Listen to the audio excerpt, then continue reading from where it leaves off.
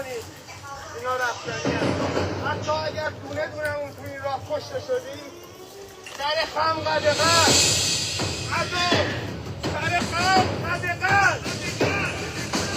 انا به دور جلو برگرد دارم را بگوی از اصل هر شخص یا خبر ندارم. سلام. سلام، خسته نباشی. مخلصم. سلام علیکم. سلام. خانم دشتی هم تشریف آوردن. خوب به هستین به. شما؟ خب پس من مزاحمتون نمیشم، همه چی آماده است دیگه. پس ما در خدمتتون هستیم. باید یک منطقه ادامه ثانیه. بدین دیگه. بله حتما، با چشم. تشکر. من قطع میکنم که مزاحم شما نباشه. خواهش مرسی. میکنم. خانم داشتی سلام عرض کردیم. سلام از من. حال شما چطوره؟ خوب هستی؟ خیلی ممنون. شما عرض خوبین؟ کنم مرسی، ممنون، خسته نباشید. و یک تشکر دیگر برای قبول دعوت با مارگینال کم با مارگینال پایین. خواهش میکنم. نه، خوشحالم در خدمتتونم. خواهش میکنم. عرض کنم حضورتون که با توجه به اینکه یکی دو دقیقه بیشتر نمونده ولی شروع میکنیم. دوستان امروز چهارشنبه 10 دسامبر 2025 میلادی برابر با 19 آذر ماه 1404 خورشیدی، ساعت 8 شب به وقت اروپای مرکزی و 22:30 به وقت تهران. موضوع لایو امشب در واقع شماره 2 رابطه قرارگاه عمار یا همون ستاد سایبری وزارت بدنام آخوندها با رضا پهلوی. و حالا چون من سوالاتی رو آماده کردم، میدونم سوالام چیه، خانم دشتی هنوز نمیدونه، یک کلمه من بهش اضافه میکنم: رضا پهلوی و شرکا. اینا بهش اضافه میکنم. به هر حال مهمان برنامه دوستان معرف حضور همه هست: خانم سهیلا دشتی، خبرنگار آزاد، تحلیلگر امور سیاسی، فعال سیاسی. اینجا یه چیز کوچولو من بگم، از طریق فیسبوکش اینو فهمیدم، قلم شعرم داره خانم دشتی و من خودم یکی طرفدار شعراش هم هستم، گوش میدم، میخونم، بسیار عالیه. عرض کنم حضورتون که خب خانم دشتی خیلی خیلی خوش اومدی، خیلی ممنون و متشکر که دعوت ما رو پذیرفتی و موضوعی بسیار مهم. ما هفته قبل جوانبی از این موضوع رو با آقای شهرام گلستانه از کانادا بررسی کردیم. منتها دیدیم نه، واقعا کافی نیست، خیلی سوالا باقی مونده. یه سری از دوستان برای خود من سوالاتی فرستاده بودن، برای همین بود که به شما مراجعه کردیم، از شما محبت کردی، قبول زحمت کردیم. بفرمایید خانم دشتی با دوستان یه سلام علیکی داشته باشید. بازم سلام عرض میکنم. سلام خدمت شما و به هر حال آقای پرتویی. من واقعیت میگم که بعد از قیام 401 و شاید قبلش هم، یعنی احساس کردم که هر کاری که آدم بتونه بکنه و فرصتشو داشته باشه برای مردم ایران به هیچ چیزی نباید بگه.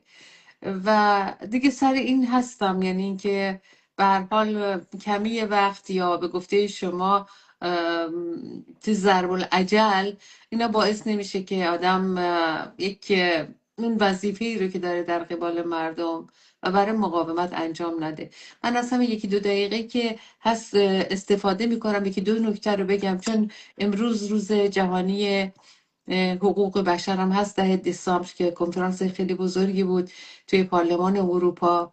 مریم رجبی اونجا حضور داشت، سخنرانی‌های بسیار زیبایی داشت. دو مرحله بود که حتما باید بیشتر بهش پرداخت. اما نکاتی که برای من خیلی جالب بود، چون شما اسم رضا پهلوی رو آوردین، یادم اومد که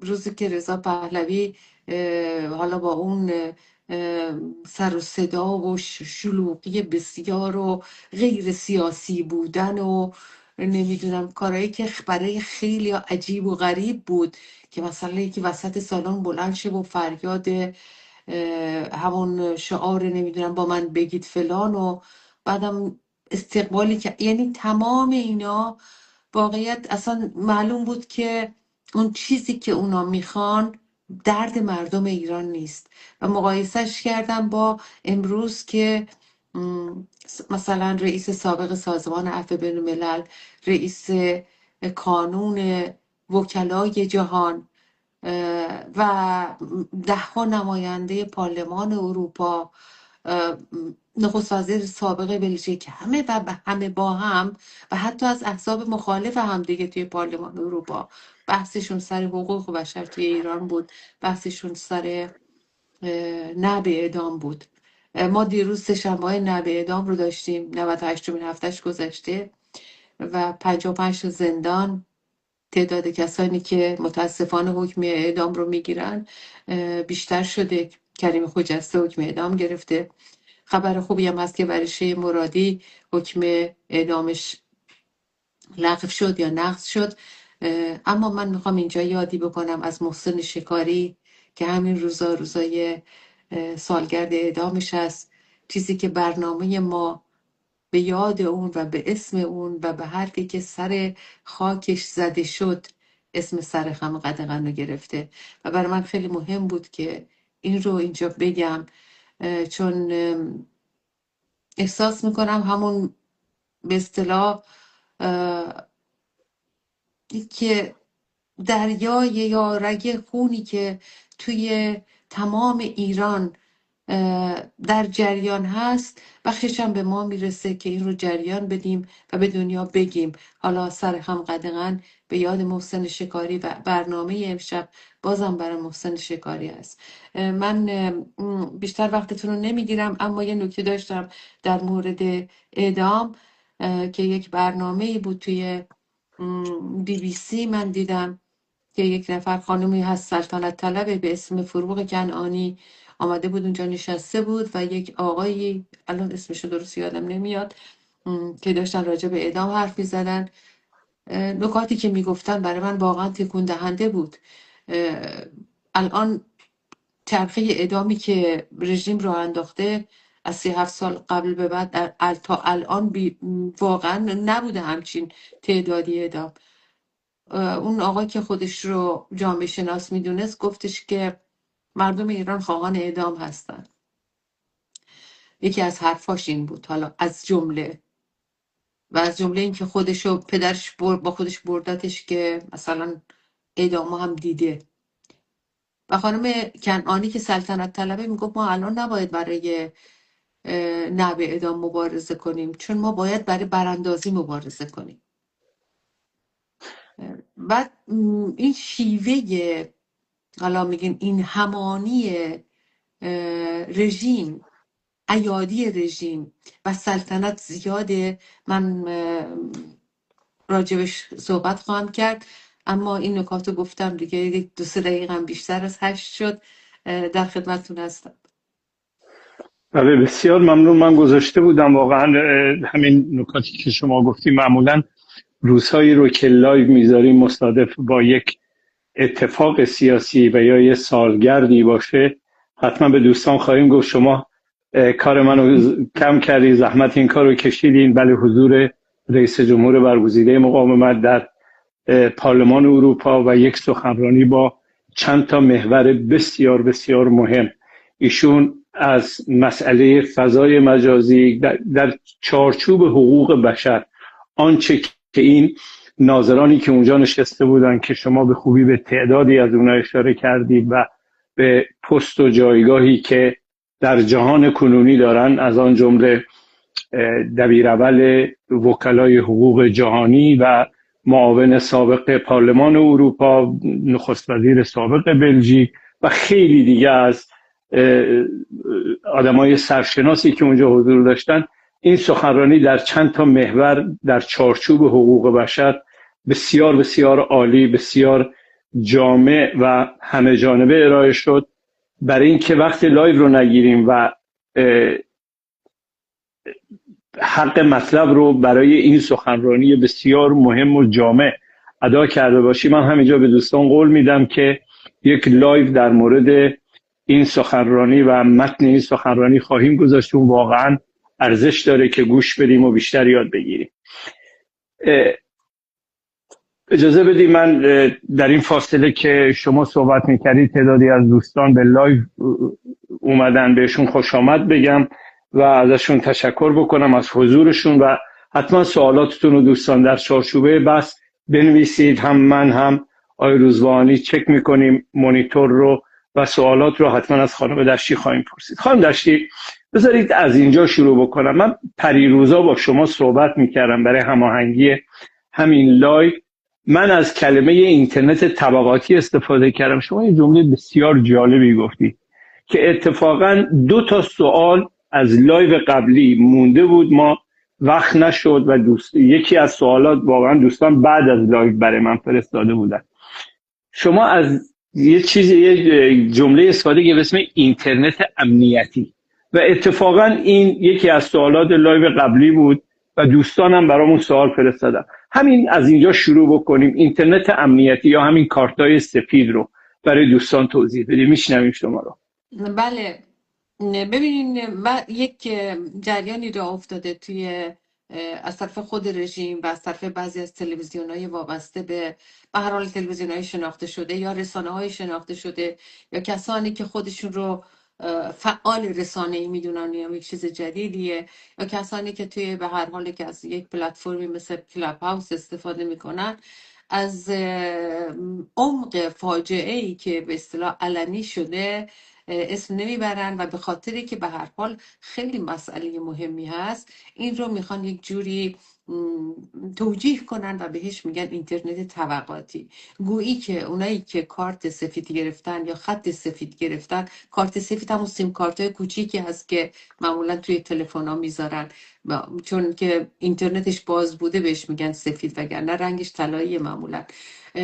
اینو گرفتن به خاطر پولشون بوده. یعنی موقع که ما میگیم جامعه طبقاتی هست، مفهومش اینه که یک طبقه فقیرترن، یک طبقه پولدارترن، یا مثلا حالا تعریف طبقات الان فرصت نیست، ولی به هر حال مهمترین مشخصه تبعیض طبقاتی اگه بگن یا اینترنت طبقاتی، همون تبعیض طبقاتی میزان درآمده بیشتر از همه. خب اگر میزان درآمد باشه، گرچه که اونایی که کارت گرفتن بخششون پولدار هستن چون وابسته به رژیمن، ولی عمدتا نه، چون که بعضی هاشون اصلا پول میگرفتن که این کارو بکنن. یعنی به خاطر پول خودشون نبوده که این کارو میکردن، یعنی وابسته به رژیم بودن. یعنی یک رانتی رو رژیم بهشون داده در مقابل خدمت یا سرویسی که ازشون میگیره. و خب این سرویس چجوری بوده؟ اینو کمتر راجبش حرف میزنن، چون اون تعدادی که اومدن، مثلا حالا تعدادش مشخص نیست، بین 50 تا 2 میلیون میگن. من اصلا نمیتونم روی عدد صحبت کنم چون هیچ مدرک مشخصی نیست.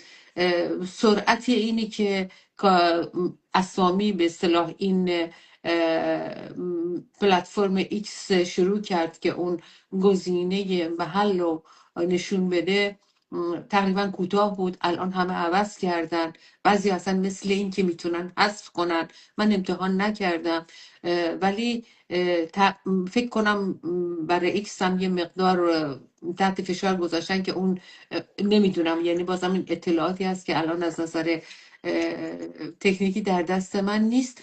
اما به هر حال کسانی که این کارو میکردن یک سرویسی رو میدادن، یعنی یک کاری رو میکردن، یا دروغی رو میگفتن، یا یه به اصطلاح کارزاری رو راه مینداختن برای شیطان سازی، برای خراب کردن. چون تقریبا اگر نگاه کنیم وظیفه اینا خبررسانی نبوده، وظیفه اینا پخش به گفته میگن خبر دروغ، دیس اینفورمیشن و میس اینفورمیشن بوده که اینا رو دیگه همه تا اندازه فهمیدن. یعنی بحث تبعیض یا بحث طبقاتی بودن نیست، بحث کسانی است که من به جرئت میتونم بگم هیچ اشکالی هم نداره از این لغت استفاده کنم، لغت خوبی نیست، ولی مزدور بودن به این مفهوم که در مقابل پول کاری انجام میدادن. حالا بعضیا خیلی مثلا چون علنی شده بهشون برخورده گفتن نه این کارت خبرنگاری بوده، البته بعضیاشون توی ایران هستن خیلی رسوا شدن، گفتن معذرت خواهی بکنین، احساسات مردم جریحه دار شده و خب این بحث همچنان ادامه داره. کما اینکه دیروز یا پریروز بود که دوباره پزشکان گویی که خودش هم اصلا خبر نداره گفت اصلا همه کارتا رو سیاه کنین. البته اینو باید گفتش که بحث خطای سفید اینترنتی بحثی نیست که به دوره پزشکیان مربوط باشه، از دوره روحانی این بوده و خیلی ها وابسته بودن و سابقه که اگر که بعضی که افشا شدن سابقه مثلا تاریخ ورودشون به شبکه ایکس خیلی طولانی تر از 24-25 و خب این یک مشخصش هست. یه مشخصه دیگه هم اینه که خیلی از اینها تعداد دنبال روهای بسیار زیادی دارن که خب اینا مشخص شده که تعداد دنبال روهای بسیار زیاد یه مزارعی هست که بهش میگن مزارع دنبال کنندگان که معمولا سلبریتی ها، یعنی اونه که خیلی چون هر چقدر که حالا توی اینستاگرام بیشتر، توی فیسبوک هم رسم شده، ولی هر چقدر تعداد همون فالوور بهش میگن فالووراشون بیشتر باشه میتونن درآمد کسب کنن و روی همین اصل یه عده میرن فالوور میخرن. توی ایران که خیلی راحت خودشون آگهی میدادن، میگفتن 5 تا کا یعنی 1000 تا، مثلا اینقدر 10 تا کا اینقدر، یعنی قیمتش هم خیلی نباید گرون بود، یعنی به نظر من اونقدر گرون نبود چون خیلی هم میخریدن که چیز باشن و همه اینا باعث میشه که در پخش دروغ بدون مسئولیت، بدون قبول مسئولیت هر کاری که دلشون میخواد بکنن. من از نظر تکنیکی گفتم که برنامه امشب رو خب کار تکنیکی رو به هر حال میتونن یه عده هستن، ولی من فکر کردم که نمیدونم شما چقدر موافق هستین روی شیوه کار اینا صحبت کنیم، روی این همانی ادبیات اینا صحبت کنیم، چون با توجه به اینی که حجم اطلاعات خیلی زیاده ما افراد رو هم نمیشناسیم، اینا زود رنگ عوض میکنن، ممکنه 10 تا اسم دیگه داشته باشن، برای اینکه به اصطلاح ابزار کاری داشته باشیم که شناسایی کنیم سره رو از ناسره. این به نظر من فکر کردم که راجع به این مسئله حرف بزنیم خیلی بهتره، چون که مثلا خیلی از اینا که من خیلی که نمیتونم بگم چند تاشون رو میشناسم دنبال کردم، خیلی راحت پوست عوض میکردن، یعنی یه مدتی سلطنت طلب بود، یه مدتی نمیدونم مجیزگوی قاسم سلیمانی بود، بعد دوباره میرفت تو یک جبهه دیگه اصلاح طلب میشد و همین باعث میشد که یعنی باعث میشه که به اصطلاح علامت و نشانه‌های مختلفی برای سردرگمی بیننده یا خواننده بدن یا اون به اصطلاح مخاطب خودشون بدن.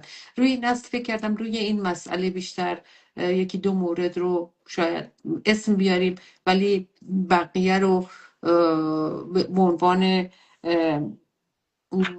به اصطلاح شیوه کار رژیم، من میگم رژیم، حالا سلطنت چون در استخدام رژیم هست.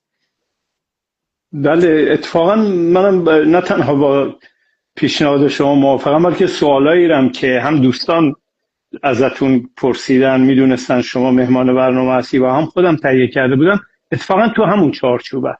این بخشای فنیش اینه که اینو چطوری میکنن، نمیدونم گزینه محل زندگی کاربر رو چطوری فعال میکنن یا غیر فعال میکنن، اینا بماند. ولی یعنی صحبت شما کاملا درست، از لحاظ فنی اصلا مورد بحث ما نیست. اینی که کاراکتر اینها، کار اینها در چه هدفی بوده، چه برنامه ریزی پشت این قضیه بوده. چون جدا خانم دشتی من نمیتونم ارتباط بین افشاگری روزنامه هارتز و لب سیتیزن کانادا رو با این قضیه اینترنت سفید و نمیدونم اینترنت امنیتی به قول شما و یا کارت سفید رو نمیتونم این ارتباط رو نادیده بگیرم.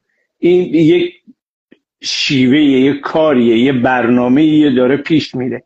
برای همین سوال بعدی من اینه که مخرج مشترک این کاربرا، اینی که رو چه مسائلی زوم میکردن، حضور اینها در مخصوصا در شبکه ایکس، اگه یه مخرج مشترک بگیریم نکات مشترکشون چی بوده، دنبال چی بودن، چه فضایی رو میخواستن بسازن. این سازماندهی عریض و طویل به قول شما صحبت سر تا 2 میلیون هم آمارش هست و اینا. و یا اینکه موقعی که افشا میشه کار به جایی میرسه که سخنگوی دولت فاطمه مهاجرانی مجبور میشه اینطوری جلو دوربین پشتک معلق بزنه. یه دفعه میگه عروسم و دامادم فیلتر شکم برام تهیه میکنن، یه دفعه میگه نمیدونستم خط من سفیده، یه دفعه میگه بعد جنگ 12 روزه سفید شده. میخوام این مخرج مشترک رو، این وجوه مشترک شوهرمون بگی که اینا چیکار میکردن، دنبال چه ساختن چه فضایی بودن. بله ببینین، خامنه ای یادم نیست دقیقاً که، ولی جملهش رو یادم که گفت اگر که من رهبر نبودم وزیر سایبری می شدم، یا همچین چیزی، مثلا مسئولیت سایبری رو به عهده می گرفتم. دقیقا. یعنی اهمیت فضای رسانه‌های اجتماعی یا فضای سایبری برای رژیمه. اما خب این فقط این نیستش که فعالیت سایبری رژیم برای پخش اینا باشه، چون یک مقاله خیلی مفصلی امروز افشاگرانه بود تو روزنامه داگنز نیهتر، روزنامه تیراژترین روزنامه سوئد امروز، که افشاگری خیلی زیادی از فعالیت‌های سایبری رژیم و از شیوه کار رژیم در برای جاسوسی، برای دزدیدن اطلاعات شرکت‌های مختلف اینا رو داشت که خیلی خیلی عجیب بود شیوه کارشون. که خب به هر حال توی یه ملاقاتی که داشت پزشکیان با رفته بود روسیه سفید، با رئیس جمهور روسیه سفید که تحت تحریم قرار گرفته بود، پزشکیان بهش گفتش که ما میتونیم بهتون یاد بدیم که چجوری تحریم ها رو دور بزنید. یعنی تحریم دور زدن هم خودش با توجه به اینی که یک به اصطلاح حسابای بانکی اینها مسدود میشه، اینا از طریق همین دزدی‌های اطلاعاتی بتونن از حسابای دیگه استفاده کنن که پولاشون رو بفرستن و همین کارو میکردن. یعنی من میگم که کار سایبری رژیم خیلی گسترده تر از اینی که ما الان مثلا توی کارت سفید یا خط سفید میبینیم. من فکر میکنم یکی از، بازم چون رژیم خیلی پیچیده عمل میکنه همیشه تو کارهای اطلاعاتی، خیلی تمرکز کردن فقط بر خط سفید یک کمی شاید ما رو از اون بحث اصلی دور بکنه. اما برای اینکه چیز مثال بزنم 3 تا، ببینین یه فردی به اسم پیمان عارف که شناخته شده است برای همه، توی ترکیه دستگیر میشه 2016 و چه داستانی داشت دستگیر شدنش که آی بگیرن ببرن فلان اینا. بعد گفتن رفته پیش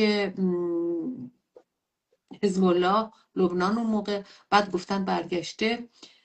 بعد سر و کلش کجا پیدا میشه؟ من خیلی خلاصه میگم. سر و کلش تو بلژیک پیدا میشه.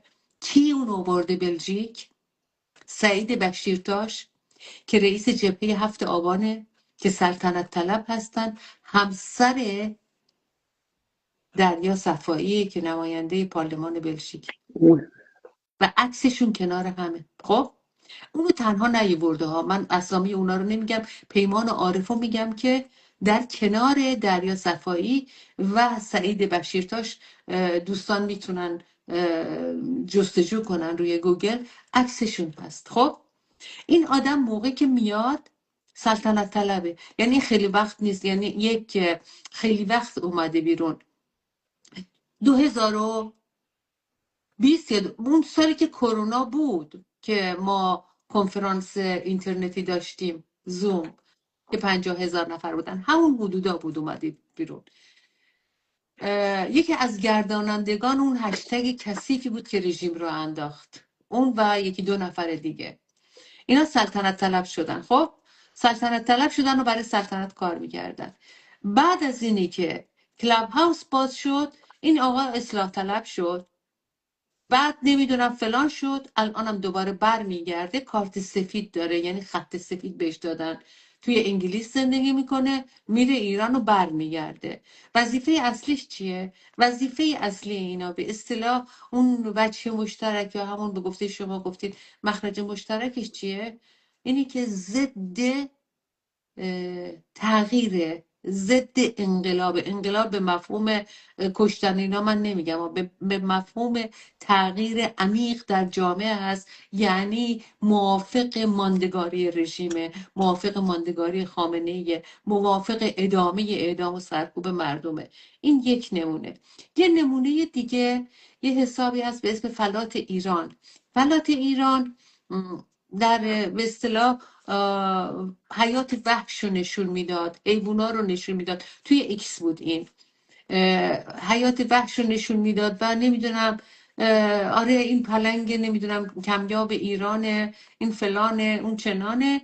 بعد کاشف به عمل اومد که یکی از اینا من متوجه شدم توی شبکه ایکس که یک دفعه سیاسی شده و بر علیه سازمان مجاهدین یکی دوتا توییت نوشت. دنبال میکردم اینو تا نگو که صاحب این حساب علی حمیده که توی تلویزیون من و تو کار میکنه. بعد از جنگ خب خیلی سلطنت طلب بود، برای رژیم مستند میساخت، این دیگه همه میدونن، برای رژیم مستند میساخت، اومد خارج از کشور سلطنت طلب شد و بعد توی تلویزیون من و تو بارها و بارها همون سریالای مشهوری که از ثابتی و نمیدونم زندگی رضا میرپنج و اونا ساخته بوده که چون تمام آرشیو من و تو رو میگن از رژیم براشون فرستاده بود. به هر حال این آدم بعد از جنگ 12 روزه دوباره رفت روی به اصطلاح تنظیمات سابق کارخانه که ای وای اسرائیل حمله کرده و دوباره دوستاش بهش پشت دادن و یعنی چرخش، من منظورم چرخش سمندرواره مثل آفتاب پرست که اینا حتی سر سلطنت طلبی خودشون هم اونجوری نمیمونن. ولی تنها چیز ثابتشون ضدیت با دگرگونی، ضدیت با تغییر عمیق توی جامعه است. نفر سومو که بگم که بازم خیلی آدم شناخته شده توی ایران هست، فرید مدرسیه. فرید مدرسی من اولین بار اسمشو توی رادیو سوئد شنیدم، با خانم که خبرنگار خیلی مشهور سوئدی هست، سیسیلیا اودین، مصاحبه داشت که سیسیلیا اون رو به عنوان کینگ آف کلاب هاوس معرفی کرد، یعنی والاترین چهره شناخته شده کلاب هاوس ایران. بعد کنجکاو شدم که بدونم این کیه و شروع کردم. خب گاهی وقتا توی کلاب هاوس خیلی فعال بود دوره کرونا چون مردم کاری نداشتن و توی دوره کرونا عین سخنگوی رضا پهلوی بود که شاهزاده از دهنش نمیافتاد و شاهزاده قرار برگرده ایران باید روش حساب کرد و گاهی وقتا هم خب مثلا یک چپ و راستی میزد، اما شاهزاده رو و بعدم نمیدونم فلان، تا اینکه خب شاهزاده خیلی خراب کرد دیگه، آنچنان خراب کرد که دیگه اصلا قابل جمع و جور نبود که برگشت. این بعد از داستان حمله 12 روزه دوباره برگشته و ضد اون شده. در ضمن اینی که اینقدر این مرد نمیتونم بگم معلومه دیگه چون کارت سفید داشت، خودش که میگه من هیچ رانتی نگرفتم، هیچ کاری نیستم، من اصلا حقوقمو نمیدونم چجوری تامین بکنم. خب کارت سفید رو برای تو چی به تو دادن؟ چون خبرنگارم که بودی یه موقعی خبرنگار، کلاب هاوس هم که بهت پول نمیدن به گفته خودت، برای چی بهت کارت سفید خط سفید دادن؟ اینو باید به افشا کنید، یعنی توضیح بدی که خب هیچ کس رو توضیح نمیدن. ولی در مقابل سازمان مجاهدین و به خصوص رهبرای سازمان مجاهدین بی‌رحم، دروغگو، تهمت زن، افترا زن و وحشتناک اینا رو به عنوان تحلیل به خورد شنونده ها میداد. حالا من برگردم بگم که این کار اینا چی بوده. کار اصلیشون به اصطلاح طرح اعتبار زدایی از مقاومته که با پخش این دروغا و با شیطان سازی بتونن به اصطلاح مردم رو از نزدیک شدن به مقاومت به اصطلاح دور کنن که تا اندازه که ما میبینیم موفق نشدن. خب معلومه که رژیم الان برای ادامه حکومت خودش به هر خس و خاشاکی به اصطلاح دست میزنه. اما اگر یادمون باشه، چون باید برگردیم توی به اصطلاح تاریخچه رژیم همین 2-3 سال اخیر، موقعی بود که غریب آبادی اون موقع رئیس به اصطلاح سازمان حقوق بشر ایران بود. یکی از القاباش الان شده معاون وزیر خارجه. همین غریب آبادی که گفتن رفته عمان چیز دزدیده، خودکار دزدیده، حالا نمیدونم دزدیده یا نه، ولی خب بحثش بوده و عکس خودکارش همه جا. داماد یکی از این آخوندهای خیلی مشهورم هست. به هر حال اینا همه مثل چیز با هم در هم تنیده هستن. این اومد اون موقع بود که گفتن که مجاهدین هر جای دنیا که باشن، ما موشکایی داریم که حتی به آلبانی هم میرسه. با وقاحت اینو تو روزنامه اعلام کرد. بعد بهش گفته بودن که چرا اسم مجاهدین رو میگی مجاهدین؟ گفته بود به خاطری که اینقدر ما گفتیم منافقین که مردم یادشون رفته که منافقین کیان. برای اینکه این به اصطلاح عادت رو برگردونیم که بفهمن اینا چه مثلا آدمایی بودن، اسم سازمان رو هم دوباره میاریم و یه در میون منافق مجاهد میگن. چون مثلا اونقدر که میگفتن مردم از مجاهدین خوششون میومده، به جای اینکه خب و حتی منافق هم که میگفتن اون موج منفی رو ایجاد نمیکرده. به هر حال این اومد همچین کاری رو کرد که مثلا اسم مجاهدین رو بیاره توی دم و دستگاهش و شروع شد دیگه. یعنی شروع شد یک مرحله جدید، من منظورم ها مرحله بعد از کرونا، مرحله ای که رئیسی داره رئیس جمهور ایران میشه، مرحله ای که خامنه ای میگه چی؟ خدای ما خدای دهه 60. توی این مرحله باید حالا گفتم مثلا ما چه میزانی چه ابزاری داشته باشیم در دستمون که بشناسیم سر رو از ناصره. یک اینی که هر چیزی رقص، کنسرت، مسابقه فیلم سینمایی که سرکوب به اصطلاح سرکوب رژیم رو یا تمرکز رو از فجایع رژیم رو ورداره، باید بهش مشکوک شد. دست نباید برش زد، کف نباید برش زد، باید بهش فکر کرد که برای چی موقعی که مثلا تعداد اعدام‌ها اینجوری افزایش پیدا میکنه، یک دونه از اونایی که مشهور هستن توی ایران دارن ادعا میکنن که رهبرن، یا همون سایت به اصطلاح سلطنت طلبش یا همون به اصطلاح اصلاح طلبش، مقابل تعداد اعدام‌ها حرف نمیزنه. خب این دیگه یه متر دیگه، یه مقیاس برای ما. این دقیقا. یه دیگه که دیگه هم اینه که اگر بخوایم مثلا ساختار کلیشون رو نگاه کنیم، یه ساختار شبه فاشیستی داره، به این مفهوم که ادبیاتی رو که استفاده میکنه بسیار ساده است. یعنی کلمات پیچیده، عجیب و غریب، چیزی که مثلا درس خونده باشه استفاده نمیکنه. من بحثم سر حرفای رکیکشون نیست، اون که اصلا یک به اصطلاح مقوله‌ای هست در جای خودش میشه راجبش بحث کرد. ولی موقعی که حرف میزنه خیلی سیاه و سفید میکنه. یعنی میگه که چی؟ همین که شعاری که میدن تا ابد چیز چی بهش میگن، حالا من نمیخوام اسمش رو بیارم، ولی خیلی ادبیات من نمیتونم بگم فقیر، ضعیف یا هر چیز، بعد با تو گذشته زندگی میکنه. یعنی یا امام زمانیه که مثلا یکی بیاد نجاتش بده، خودش نیست، یعنی اینجوری میبینه مثلا اسرائیل بیاد امام زمانی، نه به مفهوم مذهبی میگم و این بد برداشت نشه، به مفهوم اینی که از من کاری ساخته نیست، یا مثلا تئوری توطئه هست، بقیه برنامه رو ریختن، یکی دیگه بیاد ما رو نجات بده، یعنی مسئولیت فرد رو نادیده بگیره.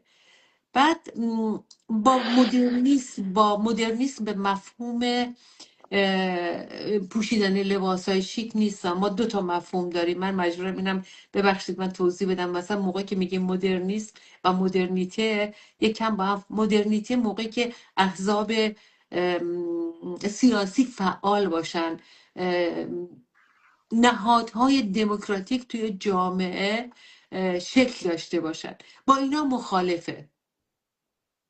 حزب فقط حزب الله، اونم میگه چی؟ همین دفترچه یه چیزش اومد، شکوفاییش بود، چی بود؟ همه کاره فقط 16 شونه. یعنی از اینی که این مشخصی دیگهش هم اینه که میخواد همه شبیه هم باشن. مثلا اگر که بگی کردا حق خودشونو میخوان، بلوچا خودشون میخوان، میگه نه ما ایران متحد میخوایم. یعنی گوناگونی براش وحشت آوره. بعد برای سوالای سخت جواب خیلی آسون داره. مثلا همین که میگه که ما تو خارج از کشور اینو زیاد دیدیم، تو احزاب نزدیک به راست یا راست افراطی، منظورم نجات پرست نیست، منظورم جنای راست افراطیه، میگه اگه همه خارجی ها برن بیرون بس خوب میشه، بیکاری خوب میشه. این یه نوعشه دیگه. اونم میگه که مثلا اگه همه ایرانی باشن، آریایی باشن، بس خوب میشه. یا اینکه دشمن دشمن این هستش که زن قدرت بگیره، یعنی یه مرد سالاری بدون چونه چرا داره. اینا رو که مثلا میبینی تعجب آدم نباید بکنه که مثلا در دستگاه تفکر چیزی که به اسم شاه پرستا هست، زن مقام اونجوری نداره، مسئولیت نداره. بعدم قهرمان سازی میان مثلا روی اون عکس، نمیدونم توی رژیم، عکس قاسم سلیمانی، نمیدونم فلان فلان، پر تو خیابونا یا رو صفحای خودشون.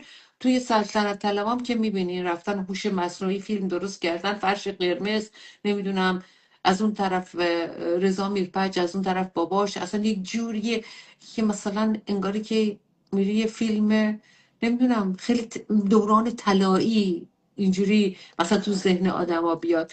و هر مخالفتی رو خیانت قلمداد میکنه.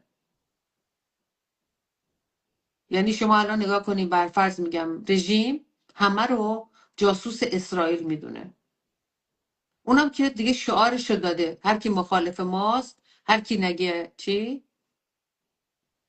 دشمن اجنبیه، چیه، هر کی نگه پهلوی چیه، شعاری هم میدن اجنبیه، هر کی که اسم پهلوی رو نیاره اجنبیه. این شعار هم میدن تو خیابونا. به هر حال این مشخصه ها رو که آدم میگه ساده انگاری جواب به اصطلاح چیز، و بعدم از فضای مجازی به مثابه یک ابزاری استفاده میکنه که سرکوب کنه، شکنجه کنه. این خیلی به نظر من جدیه که باید روش بحث کرد، چون اون کسی که فحش میده بحث بی اخلاقی و بی تربیتی نیست. بحث اینه که با همین فحش ها تو زندانای ایران آدم ها رو شکنجه میکنن، شلاق میزنن، فحش میدن و شلاق میزنن، توهین میکنن و شلاق میزنن، توهین های زشت جنسی میکنن و این زنش و مردش رو فرق نمیکنه. یعنی کسانی که زندان بودن، موقعی که راجع به برخورد بازجوها باشون صحبت میکنی، همشون بدون استثنا میگن خیلی بددهن و دهن آلوده بودن. خب اینا رو آدم میبینه، هم مخرج مشترکای بسیار روشنی دارن. حالا ممکنه در من خودم الان شاید، یعنی نمیدونم، باید یه کسای دیگه بیان که این ادبیاتی رو که اینا دارن عملا ازش صحبت میکنن راجبش تحقیق کنن، یعنی جامعه شناسی جدیدی. اما دردناک اینه که در ضمنی که رژیم برای هوادارای مجاهدین حکم اعدام صادر میکنه، کسایی که خودشون مثلا از همون عبارات رژیم، از همون ادبیات رژیم برای تعریف مجاهدین استفاده میکنه. و خب مخالفت، میگم که بعدم اگر با وقاحت هم می نویسن، میگن شاه کم کشت، باید بیشتر میکشت. اینا رو ما بارها شنیدیم، دردناکه ولی بارها شنیدیم. حالا پشت چه اسمای خودشون رو قایم میکنن، نمیدونم، به خودش میگه جسی بی وفا، نمیدونم ارتش دو، نمیدونم ارتش دو. یه حسابی هست وابسته به رضا پهلویه، آمده یه عکسی انداخته توی چیز، من تازگی نگاه کردم، 3 مرد بلوچ هستن، یکیشون عینک زده، از این عینک های ریبان تیپ، یه سیگار برگ داره، مسلح هستن. بعد یکی از این 3 تا عکس رضا پهلوی رو گرفته دستش، بلوچ. بعد عکس مال کیه؟ مثلا زیرش نوشته شورشیان بلوچ هوادار پهلوی، مال سال 62 63. یعنی تقلبای اینجوری، فیلمسازی اینجوری، یعنی ببینین الانم با امکاناتی که خب به هر حال فراهم هست برای فتوشاپ و نمیدونم هوش مصنوعی و تولید، بهش میگن تولید محتوا، ولی تولید دروغ، تولید تهمت، اینا خیلی زیاده، نه فقط به مجاهدین، به هر کسی که مخالفشون باشه و به اصطلاح فکر میکنن که به این وسیله میتونن طرف رو، خب شکنجه است دیگه، طرف رو مقهور کنه، از میدون به درش کنه، چون با تهمتایی که میزنه در لحظه آدم، خب اون فحشایی که میخوره، اون حرفای رکی که میشنوه یه کمی جا میخوره دیگه، ولی میفهمی که این نه، این به فرد تو نیست، به فکر توه، به بله. سیستم فکری توه. برای همین به نظر من خیلی راحت میشه اینا رو شناخت، نادیده گرفتشون، مبارزه افشاشون کرد، نه به این مفهوم نادیده گرفتشون باشون کاری نداشته باشی، افشاشون کرد.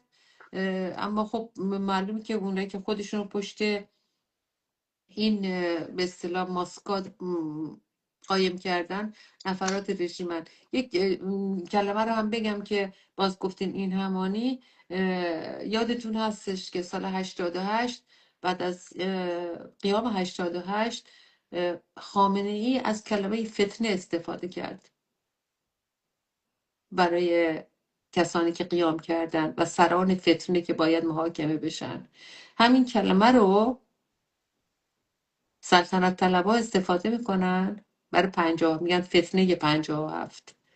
یعنی یعنی من الان فرصت کم بود، وگرنه خیلی بیشتر میتونستم حتی از این به اصطلاح این همانی ادبیاتی که استفاده میکنن رو هم بگم. به هر حال اینایی بود که به دستم اومده گفتم خدمتتون بگم. من فعلا اینجا خواهش چون میکنم. خواهش وقتم میکنم. بله، تون در میگذره.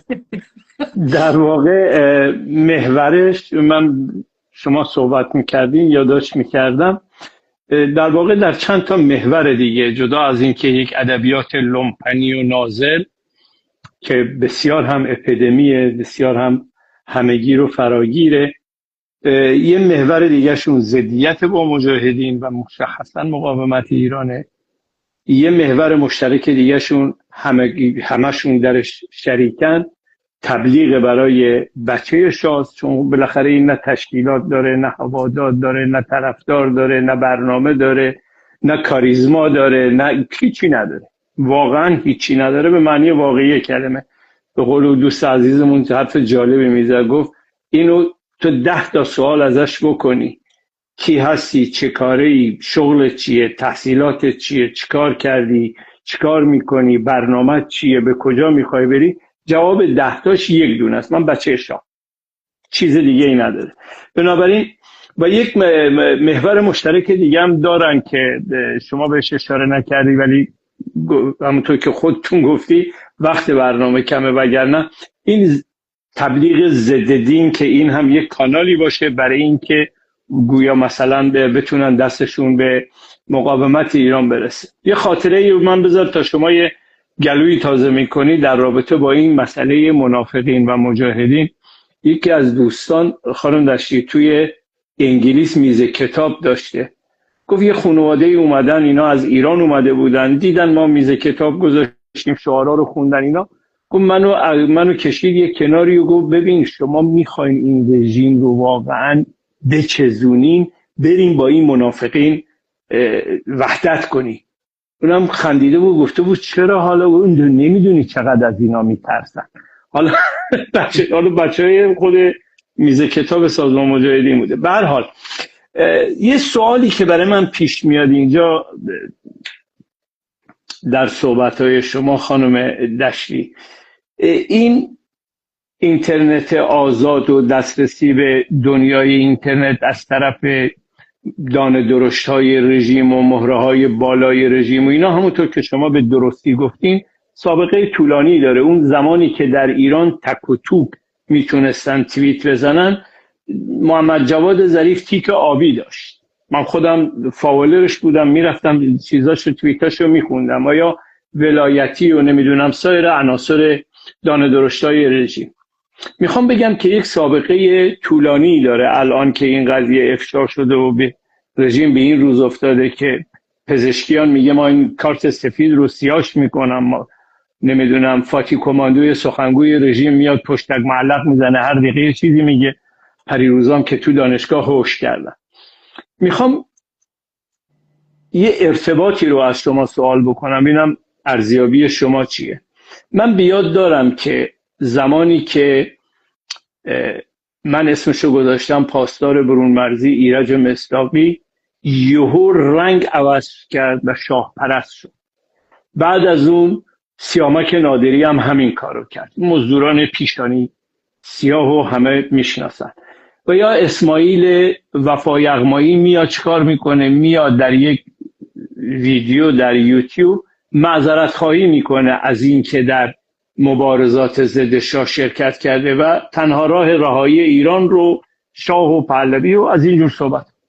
حالا این محورهای مشترک رو که شما به خوبی توضیح دادی و این رنگ عوض کردن چنین مزدورانی رو، چه ارتباطی بین این میبینی؟ آیا این استباط درسته که من بخوام اینجا ادعا بکنم که یک برنامه هماهنگیه که داره پیش میره و از یک اتاق فکر بیرون میاد؟ حالا یه عده‌ای در داخل، اونطوری که شما گفتیم، مثلا یک کاربری به اسم سارا، حتما شما بهتر از من میدونی، این طبق بیوگرافی که از خودش گذاشته بود پدر و مادرش توی اشرف بودن، نمیدونم خانواده‌اش اعضای مجاهدین بودن، بعد خودش الان و بله، بعد ثابت شد نه بابا، کاشف عمل اومد با همین قضیه که این از خود قرارگاه عماره، یا یکی دیگه به اسم و یک کاربر دیگه به اسم جرمنی دکتر که بعداً معلوم شد اینم بازم از اونجاست. و تمام پستای اینا رو نگاه بکنید 2 تا مخرج مشترک داره: رضا پهلوی، ضدیت با مقاومت ایران. من میخواستم در این چارچوبم وقت باقی مانده رو شما اختصاص بدی، ببینیم استنباط شما چیه خانم دشتی. سوال خوبیه. یکم چیز میخواد ببینین، یعنی شناخت صحیح از رژیم. اینکه رژیم توی این سالها همونجوری که حالا بحث کارت سفید بود یا حتی اینکه ما دیدیم نفرات خودش رو دیگه با اشکال سابق نمیفرسته بیرون. یعنی حالا اینایی که گفتی شما شناخته شده هستن به اون میرسن. یعنی اینکه میتونه مثلا طرف توی سوئد ما دیدیم، من اینا رو که میگم توی سوئده، مثلا دکتر بود،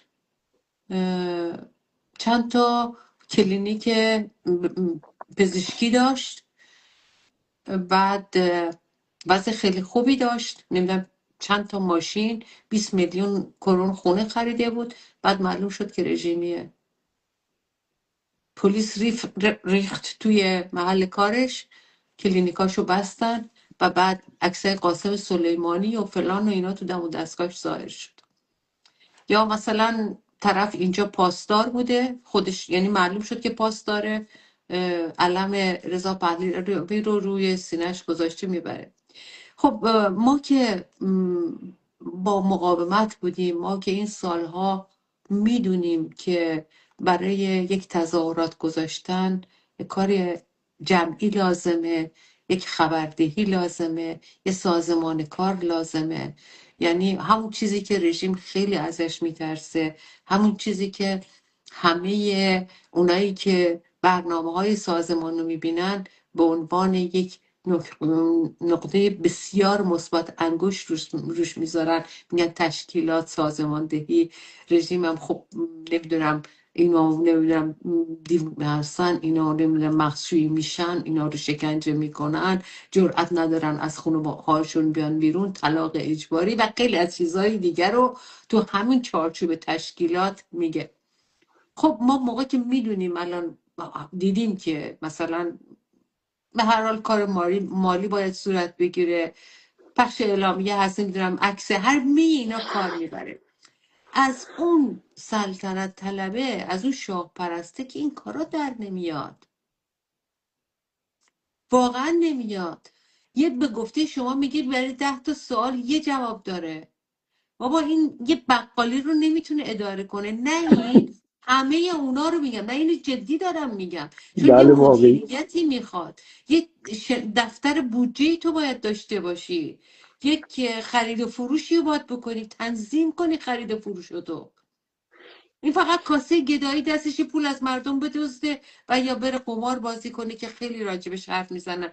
البته اینو باید گفتش که هنرپیشه خوبیه، هر چی بهش میگن خوب انجام میده، بهش میگن برقص میرقصه، این تشکیل بده، برو تو اون دستگاه، برو تو اون دستگاه، اینا رو نباید آدم نادیده بگیره که تا الان و هر حال تا بخشی تونسته نقشش رو خوب انجام بده. اما برگردیم، خب ما موقع که میفهمیم این تشکیلاتی که باید کار اینا رو راه بندازه از سلطنت طلب بر نمیاد، باید رژیم توش باشه و بارها هم نشونه هاشو دیدیم ما. ببینید آقای پرتوی، من در همه ما که توی سوئد بودیم بخش ناظر دادگاه حمید نوری بودیم.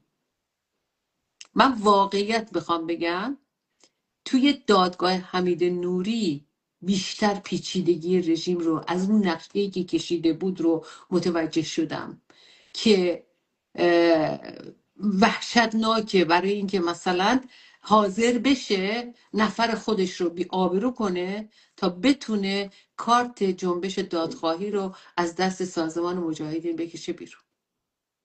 خب خیلی نقشه پیچیده ایه. چه مثلا جایزه ای به ایرج مصداقی دادن که وای آمد گرفت و برد و شما پرونده رو خوندین، بازجویی اولیه رو خوندین، منم خوندم.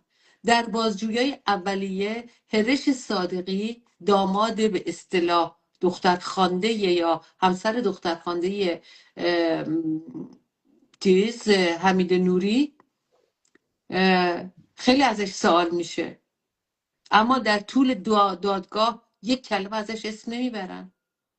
کسی که قشنگ حمید نوری رو میشناخته، حمید نوری و کسی که خودش با نیروهای اطلاعاتی تو رژیم ارتباط داشته، میرفته ایران رو بر میگشته، چجوری شد؟ و داستانی که توی من مصداقی تعریف میکنه، آره اون دفترچه تلفن رو باز کرد، بعد پیدا کرد منو، با من تماس گرفت. اون داستانی که تو تعریف میکنی اینه. کاوه موسوی میگفت اون فیلمی که درست کردن الانم دارن نشون میدن، خیلی از فیلم ها بعد از حادثه درست شده، یعنی فیلم بله. مستند نیست. خب همه اینا رو که ما میبینیم، چون ما تو سوئد بودیم، یه بخشی از این ناظر بودیم، نه اینکه برامون تعریف کرده باشن، خب یه برداشت دیگه داریم از دستگاه جهنمی رژیم. در نتیجه هر کسی هر معلقی بزنه و هر شیوهی که میخواد باشه مقابل، حالا اینکه بره مثلا حالا چرا رفته پیش رضا پهلوی، خب همون اندازه بی‌اعتباری خودشه، چون اعتبار نداره. کجا بره که بهش اعتبار بدن؟ یعنی بی‌اعتباری هر سه نفر اینا که واقعا اسم ازشون بردن دیگه چیز کاملا روشن شد. توی یعنی آنچنان مورد استفاده قرار گرفتن که دیگه جای دیگه فکر نکنم ازشون بشه استفاده کرد. یک آدمای مهجور از واقعا توی فیلمی که ساختن همه کودکان اشرف که بخشش این شاعر خودباخته بود، یا بگم نمیتونم بگم مزدور، آخه چی ان اینا؟ چه حرفی برای زدن داری؟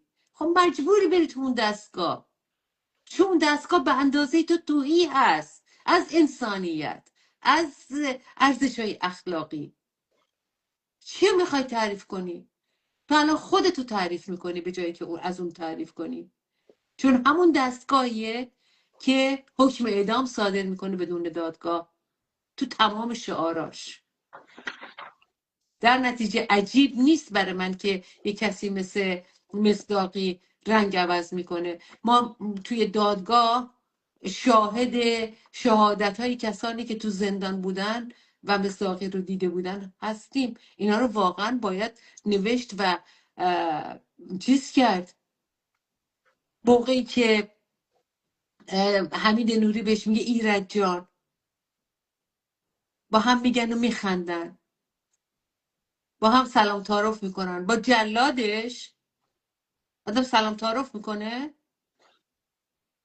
خب همه اینا ما میگم که اگر ندیده بودیم، چون داشتن ازش یه دونکیشوت میساختن که به تنهایی تونسته با رژیم مقابله کنه و یه نفر رو گول بزنه بیاره اینجا و نمیدونم، یعنی اینقدر مدرک هست. چون بحث به اصطلاح عصبانیت فردی که نیست از ایرج مصداقی، بحث یک راهی رو انتخاب کرده که این راه دقیقاً پا روی خون رزمنده های چه فرق نمیکنه، چون خودش گفتش که پس حتی دیگه الان مقابل تمام کسانی که دوره شاه مبارزه کردن به اونا هم توهینای زشت میکنه به هر کس. یعنی دهن آلودگی این رو ببینی، دهن دریدگیشو ببینی با اون کسانی که توی ایکس توهین میکنن، حتی کی میکنن، چه فرقی میکنه؟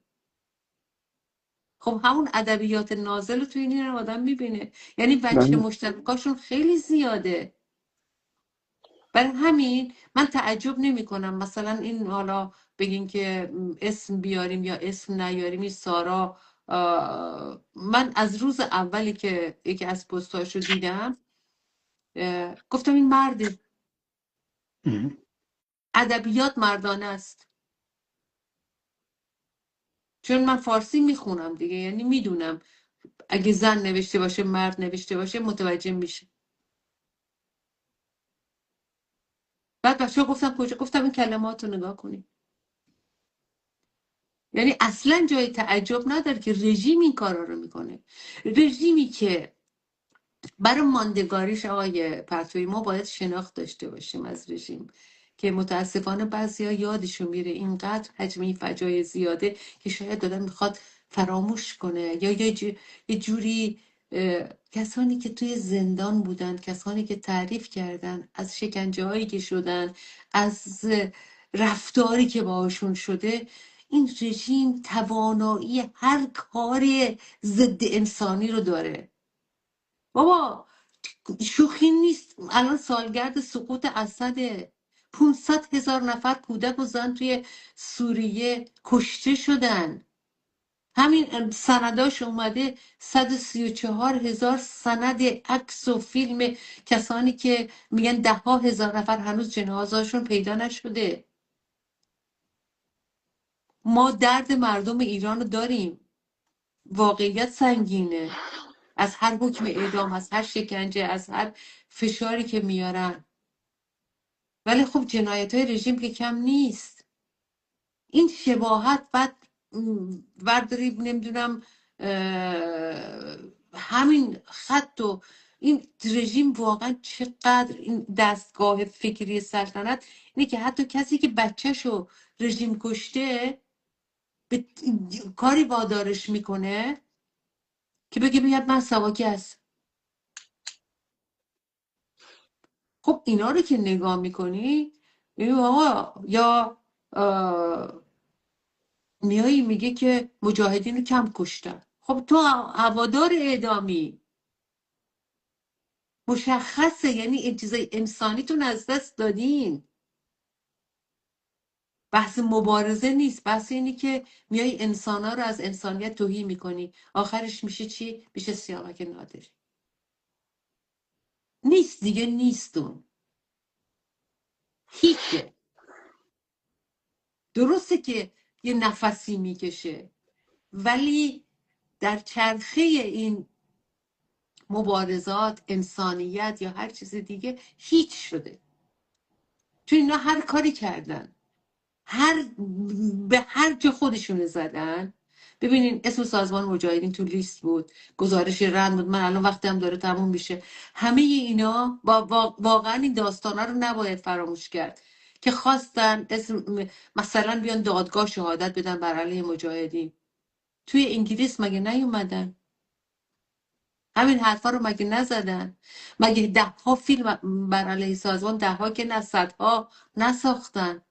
چرا؟ این سوال هر کسی با دست خودش بپرسه. چرا جوون 22 ساله توی ایران جذب مجاهدین میشه؟ با این همه تبلیغ و شیطان سازی، با این همه دروغگویی، چی دارن آخه؟ و با اگر قبول این همه خطر، این با همه قبول خطر. این همه خطر، بله. اصلا من عدد آمار ندارم که بگم مجاهدین هستن یا نیستن، ولی از خودش آدم باید بپرسه چی داره آخه این که جوونی که جایزه المپیادو میبره، زن 67 ساله‌ای که مهندسه، یا نمیدونم پویا قبادی نابغه، وحید بنی آمریان نابغه، احسان فریدی دانشجو، آخه چی دارن اینا؟ چجوری میشه که اینا جذب میشن؟ چجوری میشه که توی زندان احسان فریدی همچون پیامی رو میفرسته برای 16 آذر؟ پیام ایستادگی و مقاومت. واقعا واقعا. یعنی اینا رو که آدم میبینه به توهی بودن اون افراد بیشتر پی میبره. بعد میان توی مثلا مراسم خاکسپاری یک وکیل شرافتمند صداگذاری میکنن که اوناییم که شرکت کرده بودن گفته بودن همچی خبری نبود، کسی نگفت جاوید شد. اینا اوناییم که مثل همون اومدن صداگذاری، مثل همون صداگذاری استادیوم ورزشی. بله، بعدم اونایی که گفتن، حتی یک نفر گفته 1-2 نفر اومدن که معلوم شد خود پاسدار بودن، از خودشون بودن که مردم جمعشون کرده بودن انداخته بودنشون بیرون. بله. یعنی میخوام بگم که رژیم دیگه با یه شیوه وارد نمیشه، با شیوه‌های مختلف وارد میشه، ولی مقیاس یا به اصطلاح متر اندازه‌گیری انقلاب گریزیه و ارزش مردم رو در تصمیم گرفتن برای سرنوشت خودشون کم انگاشتن که همیشه برای ما تصمیم میگیرن، آمریکا اگه بخواد میشه، نه شوروی تصمیم میگیره، نه کار یکی دیگه است. اینا حرفایی هستش که آدما رو از فعالیت، از اینکه در تعیین سرنوشت خودشون نقش داشته باشن دور میکنه. و خب بحث خیلی زیاده آقای پرتویی، منم که 1 دقیقه دیگه بیشتر فرصت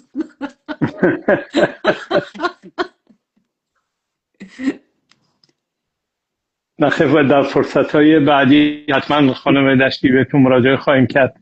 اجازه بدید من در این دقیقه پایانی همونطور که حالا شما به اشکال نداره خوبی 3-4 دقیقه هم زیاد بشه. شما خواهش میکنم. بفرمایید. من وقت شما رو خیلی گرفتم. نه خواهش میکنم. منم صحبتی ندارم، واقعا گفتنی ها رو شما به خوبی گفتین. منم اجازه بدین همونطور که شما با اسم محسن شکاری این لایو رو شروع کردی، اجازه بدی منم در پایان این لایو از محسن شکاری بار دیگر تقدیر بکنیم، جوان شورشی که یاد عزیزش رو گرامی می‌داریم. اسم اساساً این کانال که سرخم قدغن از صحبت‌های خود محسن شکاریه، یاد عزیزش رو گرامی می‌داریم. راه پر افتخارش هم پر رهرو باش. ممنون و متشکر خانم دشتی از حضور خوب و پرثمرتون. دوستان عزیز بسیار ممنون و متشکر از حضورتون، از شرکتتون. مجددا و مکررا و مؤکدا بازم عرض میکنم که تا چند دقیقه دیگه ضبط شده این لایو روی یوتیوب، فیسبوک، شبکه ایکس، تلگرام و اینستاگرام میاد. دوستان تا اونجایی که میدونی پخش کنی، به دست دوستانتون برسونی، به اشتراک بگذارید. به هر حال صحبت‌های خانم دشتی رو به یاد بیارین که این فضای مجازی و حضور ما چقدر اهمیت داره. ببینید رژیم چه کارهایی داره میکنه.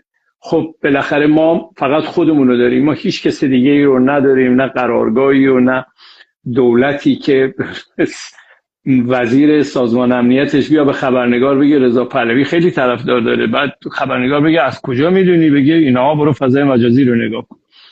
به هر حال ممنون و متشکر از حضورتون. فراموش نکنید که حتما در فضای مجازی در تمام این کانالایی که عرض کردم ضبط شده این برنامه رو حتما پخش بکنید.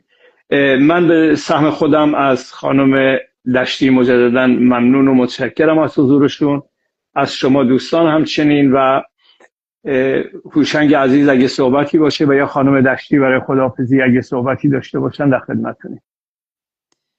نه خیلی ممنون از لطفتون. امیدوارم که تونسته باشم یک کمی به هر حال کمکی کرده باشم. اگر نظری، پیشنهادی، انتقادی هست حتما بنویسین، به هر حال به دستمون میرسه. خیلی ممنون. منم برزم صحبتی نیست. تشکر از شما و خانم دشتی. ممنون. شب شما هم بخیر. شب همگی بخیر.